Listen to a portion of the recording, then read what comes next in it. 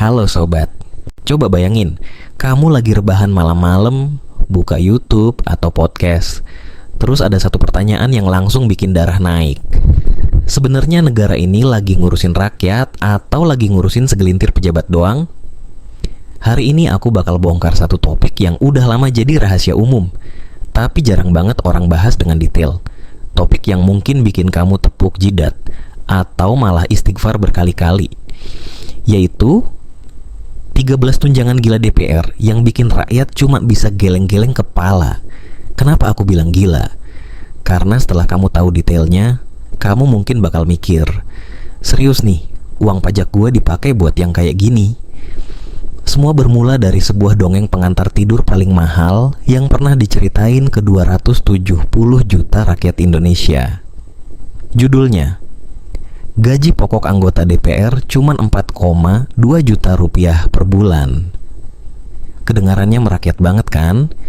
Wah, DPR ternyata sederhana. Cuma 4,2 juta gajinya. Sama kayak kita-kita. Tapi tunggu dulu. Itu cuma etalase. Ibarat restoran, itu menu yang dipajang di luar biar kelihatan murah. Begitu masuk ke dalam, tagihannya bisa bikin jantung copot. Faktanya, duit yang benar-benar mendarat di rekening anggota DPR bisa tembus 100 juta rupiah lebih per bulan. Nah, gaji pokok 4,2 juta itu cuma puncak gunung es. Di bawahnya ada samudra tunjangan yang gede banget. Dan biar kamu makin sadar betapa absurdnya ini, yuk kita bandingin. UMP Jawa Tengah 2,2 juta rupiah. Gaji pokok DPR 4,2 juta rupiah. Kelihatan tipis kan? Tapi total real mereka bisa 46 kali lipat lebih besar dari UMP. Guru honorer di pelosok banyak yang dibayar 100.000 hingga 300.000 rupiah per bulan. Nah, gaji sebulan anggota DPR sama dengan gaji guru honorer selama 25 tahun. Jadi sebelum kamu bilang, mungkin gak separah itu deh, aku bakal ajak kamu tur keliling 13 tunjangan paling absurd. Siap? Pegang kepala kamu, jangan sampai meledak. Kita mulai dari yang pertama. Oke, tunjangan pertama ini rasanya kayak plot sinetron. Namanya tunjangan perumahan. Jadi dulu anggota DPR disediakan rumah dinas. Tapi katanya rumah-rumah itu sudah tidak layak huni. Solusi negara bukan diperbaiki, bukan direnovasi, tapi kasih duit tunai 50 juta rupiah per bulan per orang. Iya, 50 juta rupiah cash. Bayangin aja, 580 anggota DPR masing-masing dapat 50 juta rupiah tiap bulan. Totalnya 1,74 triliun rupiah dalam 5 tahun. Duit sebanyak itu bisa dipakai buat bangun 580 sekolah dasar baru. Sekarang lucunya, rumah dinas yang katanya bobrok itu ternyata tetap dikasih anggaran perawatan. Dari 2019 sampai 2024 ada 374 miliar rupiah buat pemeliharaan rumah jabatan.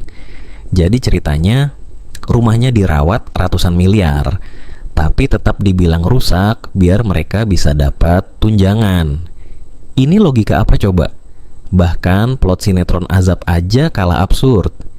Di negara lain gimana? Mari kita lihat Swedia. Anggota parlemen di sana kalau dari luar kota dikasih apartemen kecil milik negara. Seringkali luasnya cuma 16 sampai 40 meter persegi. Nggak ada pilihan, mau cash aja dong. Apalagi 50 juta rupiah per bulan. Di sana, sistem dibuat buat menunjang kerja, bukan gaya hidup. Rekomendasi paling masuk akal, hapus tunjangan tunai ini. Balik lagi ke sistem rumah dinas, dirawat dengan benar. Selesai. Oke, kita masuk ke tunjangan kedua yang enggak kalah bikin dahi berkerut. Namanya uang perjalanan dinas. Setiap kali anggota DPR melakukan perjalanan ke daerah, mereka dapat paket uang harian 9 juta rupiah. Isinya 5 juta rupiah uang harian, 4 juta rupiah uang representasi. Perlu digarisbawahi, 9 juta rupiah itu belum termasuk tiket pesawat, hotel, dan transportasi. Itu semua udah ditanggung negara secara terpisah. Jadi 9 juta rupiah ini murni uang jajan. 9 juta rupiah sehari.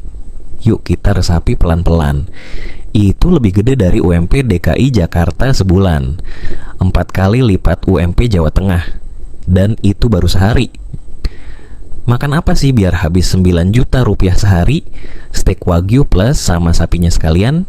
Dan lebih konyol lagi, nggak ada kewajiban lapor realisasi. Jadi ini beneran kayak ATM berjalan. Swasta profesional aja sekarang pakai sistem reimburse. Ada kwitansi, ada bukti. Nggak ada istilah uang kaget. Di negara lain, uang saku harian itu dihitung sesuai standar hidup kota tujuan. Biasanya cuma buat makan dan transport lokal. Itu pun wajib dilaporkan. Sementara di sini, 9 juta rupiah itu bisa jadi bonus liburan.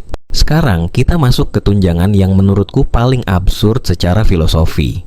Namanya, tunjangan peningkatan fungsi pengawasan dan anggaran. Besarnya 3,75 juta rupiah per bulan. Pertanyaannya simple. Bukannya fungsi utama DPR itu ya bikin undang-undang, ngatur anggaran, dan mengawasi pemerintah? Itu tugas inti mereka. Kenapa malah ada tunjangan tambahan biar mereka mau menjalankan tugas utamanya? Ibarat kamu bayar pilot buat nerbangin pesawat, terus kamu kasih bonus lagi biar dia bener-bener mau terbang. Atau kasih ikan bonus karena dia bisa berenang. Absurd kan? Di Kanada, Jerman, Inggris nggak ada konsep kayak gini. Gaji mereka udah all in, mencakup semua fungsi. Sementara di sini, tugas inti justru dianggap kayak kerjaan sampingan yang butuh ekstra fee. Kalau mau logis, ya hapus aja tunjangan ini. Anggaran 26 miliar rupiah per tahun bisa dipakai buat hal yang lebih masuk akal. Oke, itu baru 3 tunjangan pertama. Masih ada 10 lagi yang bikin kepala tambah panas. Kalau tadi ada tunjangan biar mau kerja, sekarang ada yang lebih absurd lagi, tunjangan kehormatan. Besarnya 5.580.000 rupiah per bulan. Pertanyaan mendasarnya, emang kehormatan itu bisa luntur kalau nggak dikasih 5,5 juta rupiah? Apa kehormatan itu butuh perawatan kayak motor, harus rutin isi bensin biar tetap jalan? Logikanya kebalik banget. Kehormatan itu harusnya datang dari pengabdian, integritas, dan kinerja, bukan dari transferan bulanan. Kalau mereka kerja dengan baik, rakyat otomatis ngasih hormat. Tapi kalau kerja asal-asalan, walau dikasih 5,5 juta rupiah per bulan, yang ada justru rakyat makin hilang respect. Di negara seperti Swedia, Norwegia, atau Jerman, nggak ada yang namanya tunjangan kehormatan, karena jabatan itu sendiri sudah terhormat. Status wakil rakyat seharusnya bukan tiket buat dapat uang tambahan. Rekomendasi paling logis, hapus tunjangan ini. Karena kehormatan sejati nggak bisa dibeli dengan duit rakyat. Nah, ini tunjangan yang bikin kita makin garuk-garuk kepala. Bayangin, anggota DPR cuma perlu duduk 1 periode alias 5 tahun. Setelah itu, mereka berhak dapat pensiun seumur hidup. Besarnya memang cuma sekitar 2,5 juta rupiah per bulan atau 60% dari gaji pokok. Tapi masalahnya bukan di nominal. Masalahnya di prinsipnya. Coba bandingin dengan kita. Kamu dan jutaan pekerja lain harus ikut BPJS Ketenaga Kerjaan, bayar iuran tiap bulan, kerja puluhan tahun, baru bisa cair pensiun di usia 58 atau lebih. Sementara anggota DPR, ada yang baru umur 40, udah bisa langsung pensiun seumur hidup. Bedanya kayak bumi dan langit. Di banyak negara lain, sistemnya jauh lebih adil. Hak pensiun baru berlaku kalau masa jabatannya panjang, misalnya minimal 10-15 tahun. Dan dana pensiunnya baru bisa dicairkan saat mereka mencapai usia pensiun normal, sama kayak rakyat biasa. Bahkan banyak negara sekarang pakai skema iuran pasti. Artinya, manfaat pensiun tergantung iuran yang dibayarkan, bukan ditanggung 100% negara. Di sini, cuman kerja 5 tahun, langsung dapat tiket VIP pensiun seumur hidup. Rasanya kayak cheat code di game. Rekomendasi? Jelas, hapus sistem ini. Masukkan mereka ke skema BPJS biar mereka tahu rasanya jadi rakyat biasa. Nah, tunjangan yang satu ini mungkin bakal bikin kamu kehilangan kata-kata. Namanya tunjangan PPH pasal 21, besarnya sekitar 2,7 juta rupiah per bulan. Fungsinya apa? Buat bayar pajak mereka sendiri. Jadi biar lebih jelas, gaji mereka dipotong pajak. Tapi jangan khawatir, negara langsung ngasih tunjangan tambahan sebesar nilai pajak itu.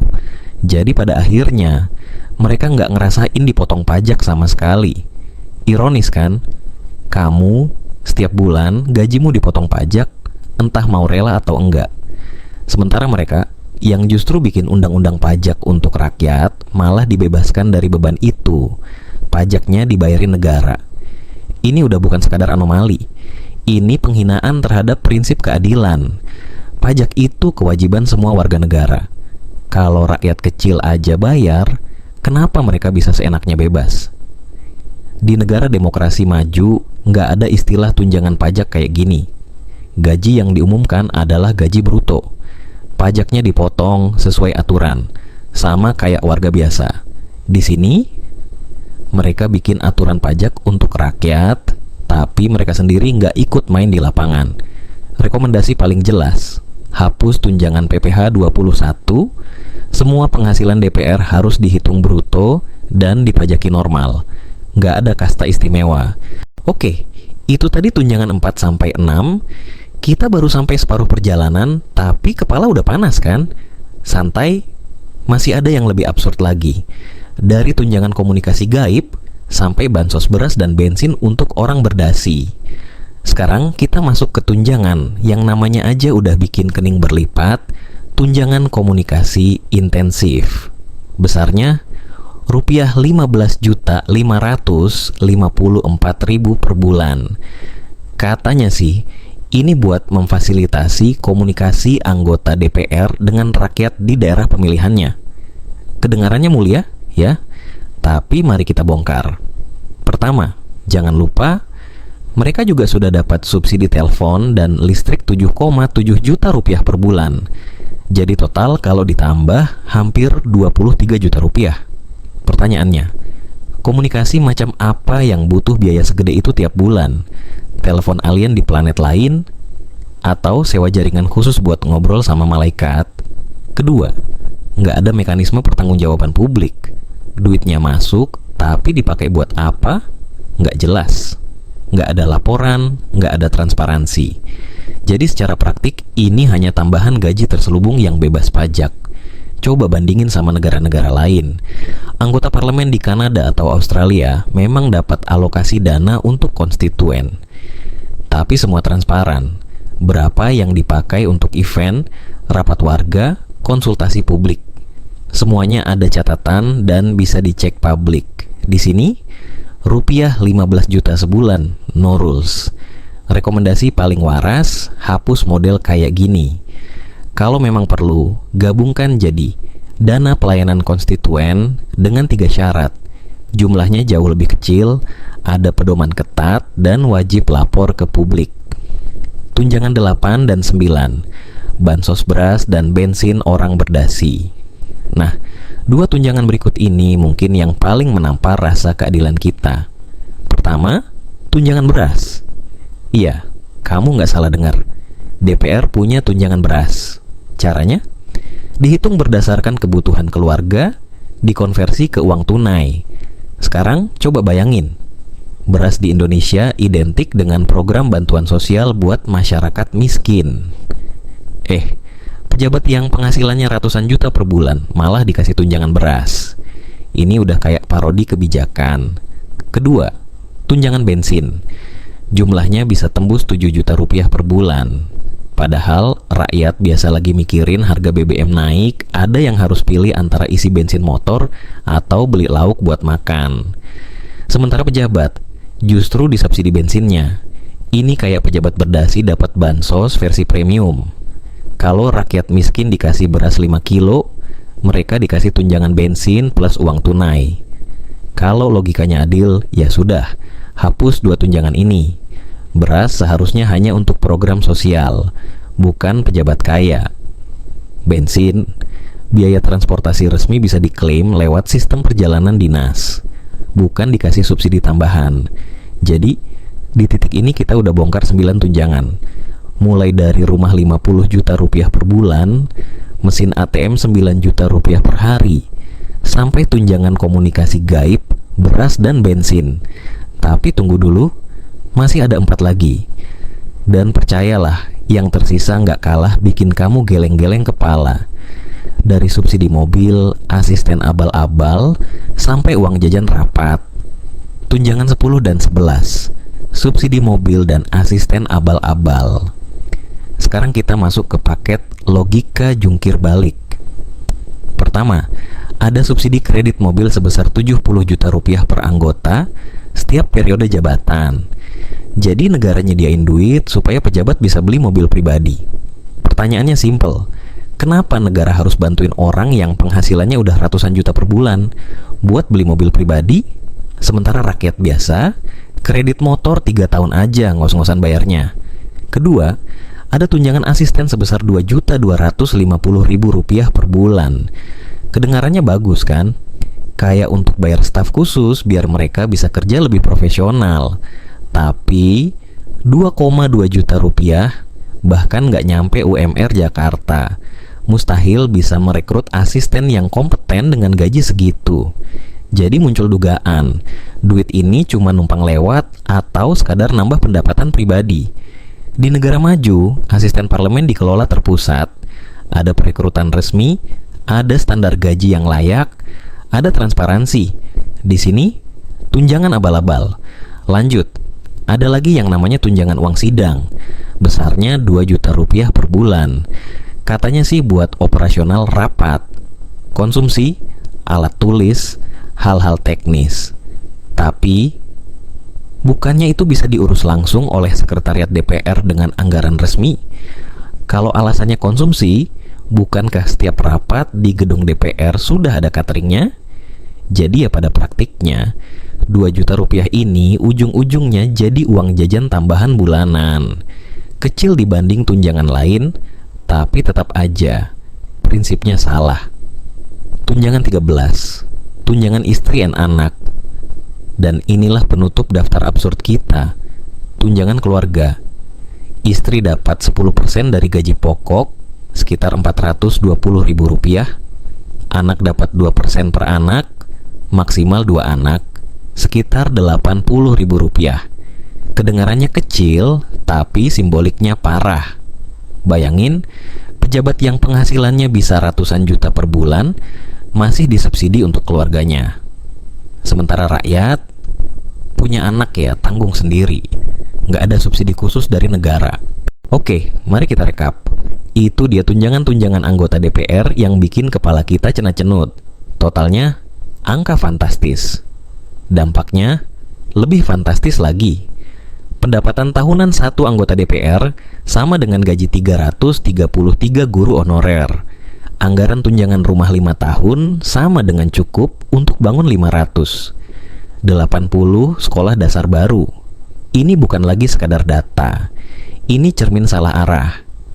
Sistem kompensasi DPR sekarang bukan mendorong pelayanan, tapi melanggengkan mental pejabat yang merasa berhak atas segalanya. Jadi apa solusinya? Transparansi radikal. Stop ilusi gaji kecil.